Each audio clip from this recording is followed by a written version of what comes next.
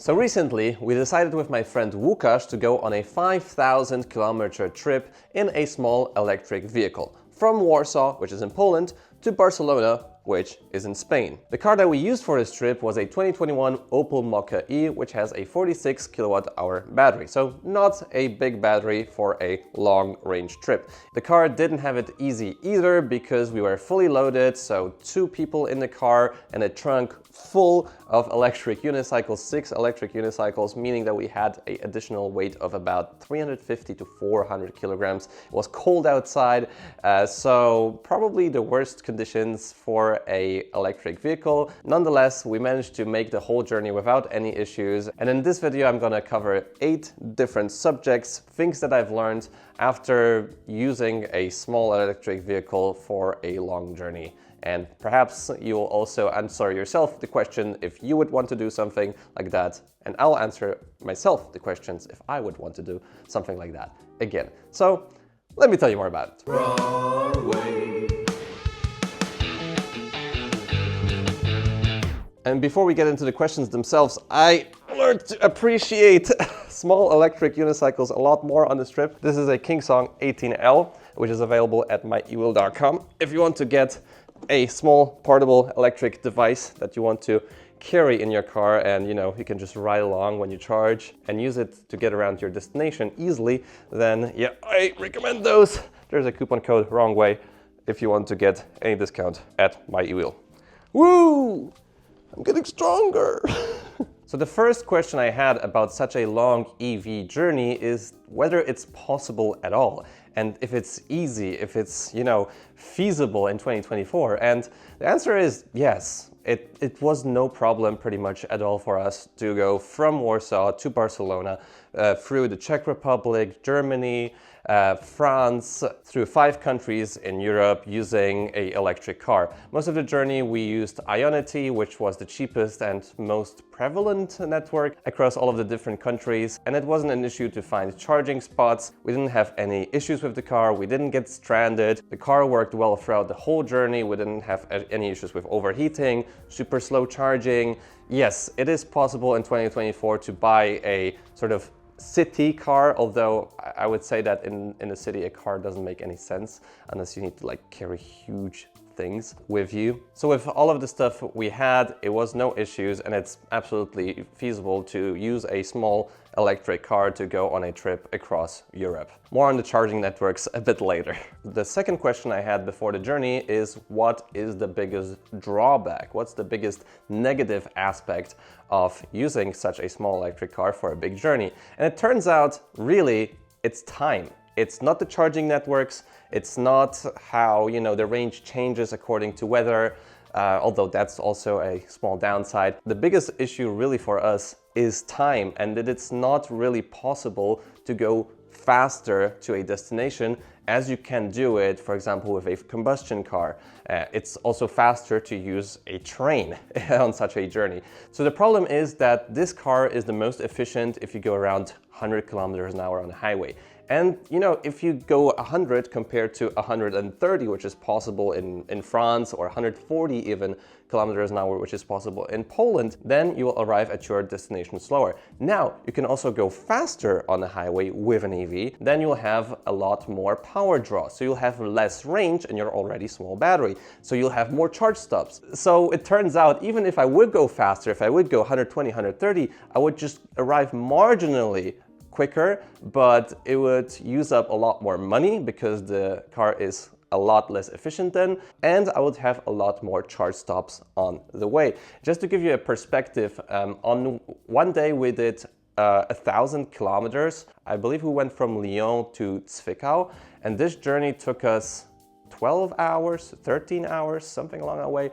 We had maybe 9 charge stops. I can't even remember at this point. I tried to remember to make a picture on every charge stop we do that day, and I just forgot usually one at some point. Nevertheless, 7, 8 charge stops. I guess it was 7 or 8 that day. So the one thing is that you're forced to sort of drive slower because you're more efficient and you have less charge stops. And the second thing is that you need to wait at the charge stops around, 20 minutes to 40 minutes, depending on how the app calculates what's the sort of perfect level of charge that I need to have to get to the next charge stop. So it turns out it just takes a very long time. I mean, who would have thought, obviously, but now I know really for myself, I experienced it, how it is like to drive in such a style. Now, it doesn't mean that it's like terrible. I would say that you're always very well rested because you're forced to have a break every 150 kilometers or so. But it wasn't also possible to me to really concentrate on something else during charging at a charge stop. Like I can't just switch from driving and then I'm like focused on reading a book, or I can do this and then I can do that. Really, I'm just sort of all the time concentrated, or when I'm on the road, I don't think about anything, then this is kind of fine. But with that said, if you want to go from point A to point B in the fastest way possible, well, EVs are just a lot slower, especially if you have a small EV like I do. So even taking a train would be faster, a combustion car obviously faster. Yeah, the biggest drawback for me in this journey was really time. But what is the biggest upside using such an electric vehicle on a long journey?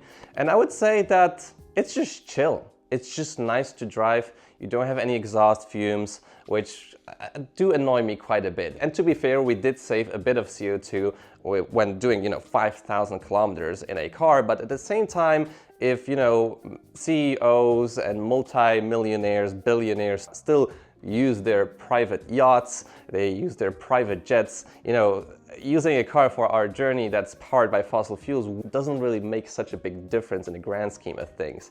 But it still does feel nice, although the car also needs to be produced, etc., etc. I don't want to go into this discussion so much, but it just feels nice. I like not to make any exhaust fumes, and when you're stationary, you also don't create any exhaust fumes, and you still can keep being warm in the car, although at this point probably it's better to be outside of a car if you're stationary.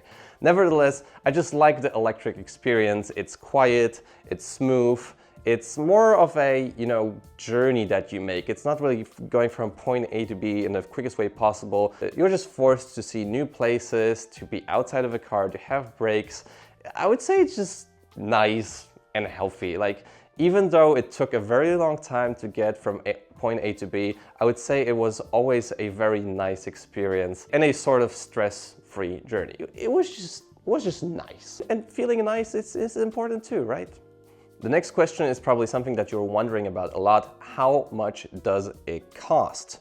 And the answer is it depends where you are driving to, because it turns out in Poland and in Germany, electricity was a lot more expensive than, for example, in France or Spain.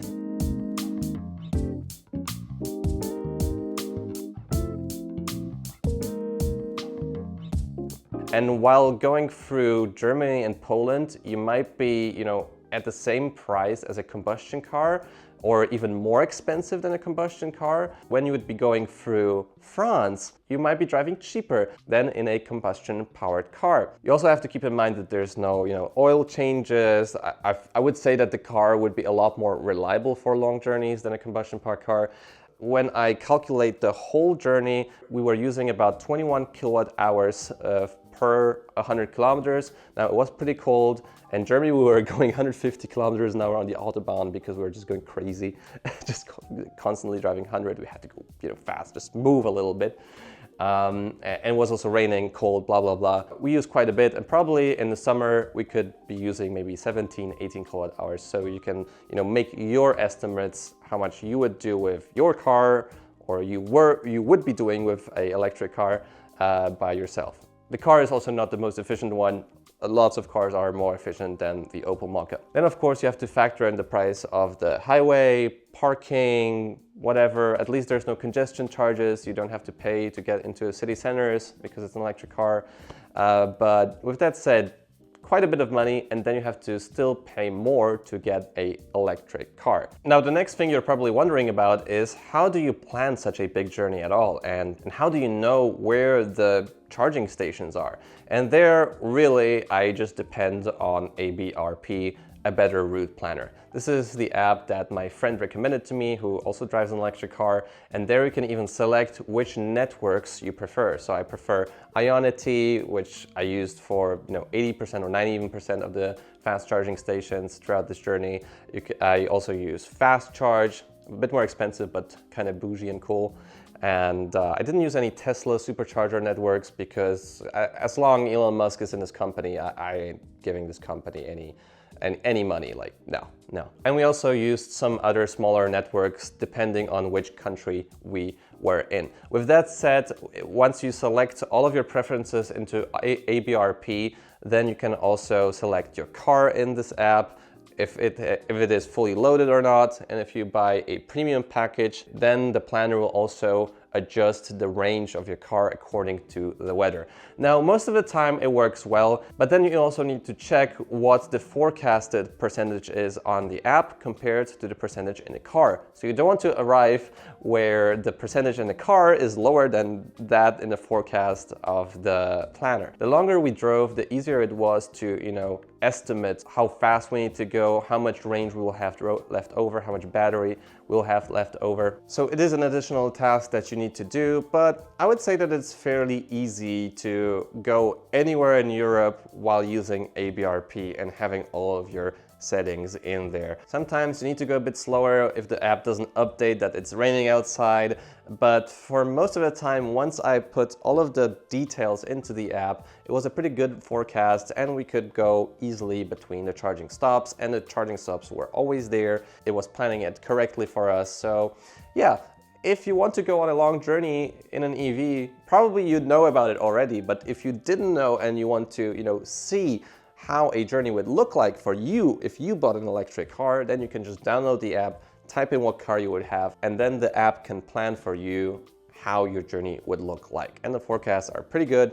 Usually it says that I would be charging quicker. My car wouldn't charge as quick as the app was forecasting me. So still I was arriving later than the app would tell me, but in general, pretty good experience. So after I came back from this journey, I have to tell you that I was pretty full of it. I was pretty upset with the car. I wasn't so happy with, the amount of time I needed to use, the amount of effort I needed to do with the charge stops, with, calculating how much battery I have compared to what the planner is telling me.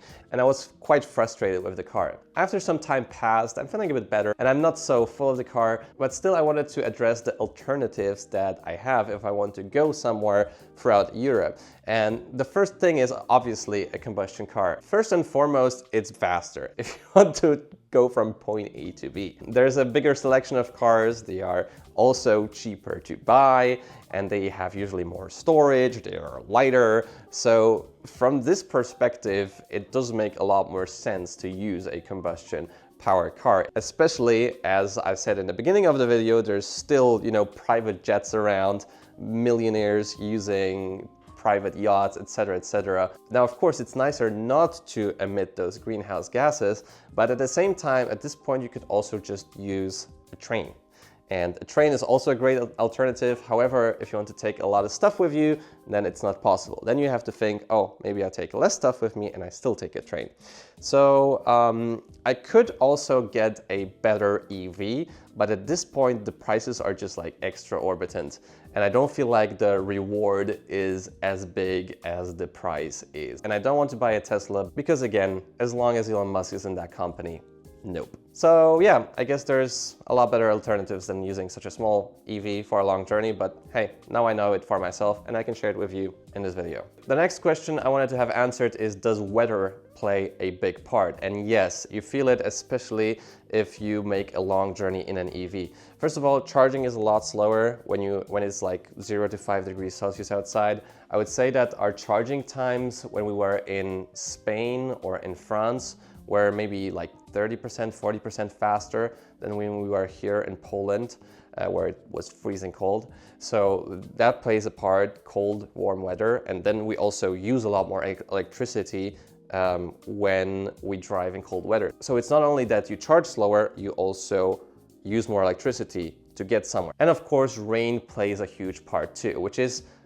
kind of super annoying, I have to be honest with you, because you plan your road and suddenly it starts raining a lot, and then you're like, oh my god, the range is dropping quick. I need to adjust my journey. I need to go slower. I need to go behind a truck. And this happened to us. Like, this is what happened to us in France. So the weather plays a big part, and especially if you make such a long journey, all of the sort of downsides or difficulties do stack up a lot. So while going across in Poland, I felt it was like still fine to go up to like 500 kilometers, 300 kilometer journeys. That's like totally fine for his car. But once you go over that threshold and you want to go 600, 800, 1,000 kilometers in a day, then it just stacks up. And the weather is another thing that is annoying. The colder it gets, the more annoying the route, and the more rainy, also the more difficult it is to arrive from point A to B. Now, of course, you can plan for it, you can adjust your journey, and you won't get stranded because, hey, you have a brain, you can plan according to the conditions that you have. It's just another step to think about on your journey, which has already a lot of steps to think about. And the last question I wanted to address is, how are the charging networks? And this I wanted to divide into fast charging networks that go, throughout different countries, and destination charging. So if you're charging a hotel on your point of destination. So when it comes to fast charging, I was pleasantly surprised. Ionity is there throughout the whole Europe, and we could possibly make the whole journey just using the Ionity network, but sometimes we were using some other networks too. And I have to say that there was always enough stalls available for electric cars. We were never waiting to start charging.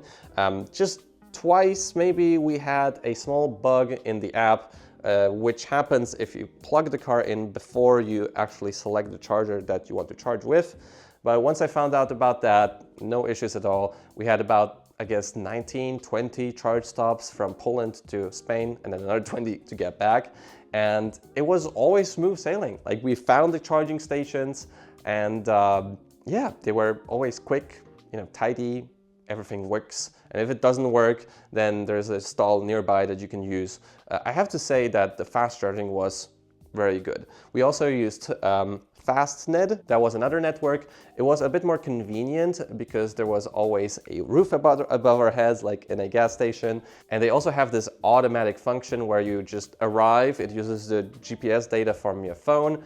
You just plug it in and you can go. So you don't need to authorize anything in the app. You just plug it in and you go. The thing that I didn't like the most about the fast charging networks is that the price varies so much. Now, if you're used to the same price which you have, or roughly the same price that you have in combustion powered cars for fuel, then, in electric cars, it's not the same. And I would say that if you want to go somewhere, you have to just really check before how the prices of fast charging look like in different apps. I have Ionity Passport, and this gives me the cheapest price for using my EV at Ionity, and especially in France. Like, in France, electricity is so cheap. I would say if you go there, like, it's awesome to use an EV there because it's just so cheap to run it. With that said, fast charging, awesome, but when it comes to destination charging, so arriving at your hotel and charging there, it really varies, and you need a plethora of apps depending on which country you're in. Now, we were also in the Czech Republic in this hotel, can't remember the name. We thought that we could charge our car overnight there because Booking said that, oh, there's a EV charge spot there, and they literally ripped us off. Like, I think it's thievery. We pretty much paid for half a charge as much as we would pay for a full charge or even more. And I just didn't look thoroughly in the app to decide whether I should charge or not. And I just realized it later on that we paid so much for it.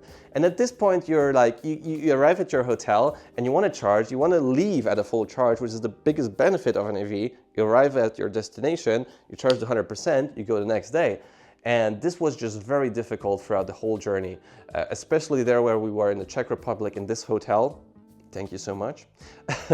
We were also in France in a hotel, or like a small bed and breakfast, and they said that they would leave a plug for us to charge the car for the night, which would be fine, but they turned off the electricity. Like, the destination charging was really the biggest issue in the hotels that we had, especially going on this journey from point A to B. In one hotel, it was great. When we were in France, it was the Soto Hotel or Koto Hotel. It was really cheap there and awesome. So it could be also nice, but But destination charging in hotels can really vary a lot, especially with pricing. And this is the thing that annoys me so much. Why can't there be just like one price for it all? It's just super annoying to me. Now, when it comes to local networks, so it's like slow charging networks in different countries, I do like that a lot. I used ENBV charging in Berlin, in Germany, in general, works well. I used Iberola in Spain. I used some sort of Eon or other networks in the Czech Republic. We used something else in France. I can't remember which was at the hotel. So all of those local bigger charging networks, they work well and they are on the map. You can find them. It's fine. Like no problem at all with those local charging networks. The biggest issue is like at the hotel and like destination charging. This can just like vary a lot. But with that said, you just need a lot of apps for it all. I have like 19 apps which are related to my EV, and some of them also need subscriptions. So then you also need to pay for that. So yeah, a lot of work. So how would I sum up this journey? Well, I'm very happy that we took it. It was a lot of fun, even though it wasn't as easy maybe as a combustion car to drive this EV from here to Spain. And it's definitely possible. It's not terrible to drive it there, it's just different. It's more of a journey, it's an adventure, and you discover a lot of places along the way. And it's just really nice to have this quiet, smooth experience in an EV. With that said, if you want to get in the quickest way possible from A to B, this is not it. And if you want to be even more eco-friendly and even cheaper, then yes, you should just use a train or a bus or something along those lines, because you know the costs just stack up and the car depreciates, the car costs to buy. At this point I'm just like I just want to take a train. So I hope that you found this video insightful. If you're interested into EVs, I don't know if I'll make another journey like that, we'll see. But if you're still here, leave a like on the video, subscribe to see more content like this. I'll see you in the next video. See you soon!